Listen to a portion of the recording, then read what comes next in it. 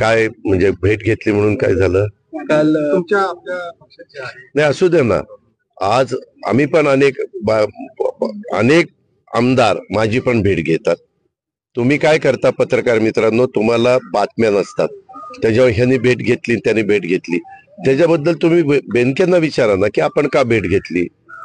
निवडणुका जवळ आल्यानंतर काहींना उभं राहायचं असतं, काही जागा ही आता अमक्या पक्षाला सुटणार नाही, मग आपण इथं थांबायच्या ऐवजी दुसऱ्या पक्षात जावं. कारण आज भाजप, शिवसेना, राष्ट्रवादीची युती आहे, समोर काँग्रेस, शरद पवार राष्ट्रवादी आणि उभाटा शिवसेना अशी युती आहे. जिथं उभाटाला जागा जाईल तिथं राहिलेल्या दोन पक्षातल्या एखादा स्ट्रॉंग उमेदवार असेल, किंवा स्ट्रॉंग बनण्यापेक्षा त्याला इच्छाच असेल की नाही आज ह्यावेळेस आपल्याला काही झालं तर निवडणुकीला उभं राहायचं, ही लोक इकडे तिकडे जाणार.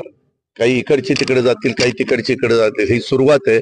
अजून तर बरेच दिवस जायचे, अजून बऱ्याच काही गोष्टी झालेल्या आपल्याला सगळ्यांना पाहायला मिळतील.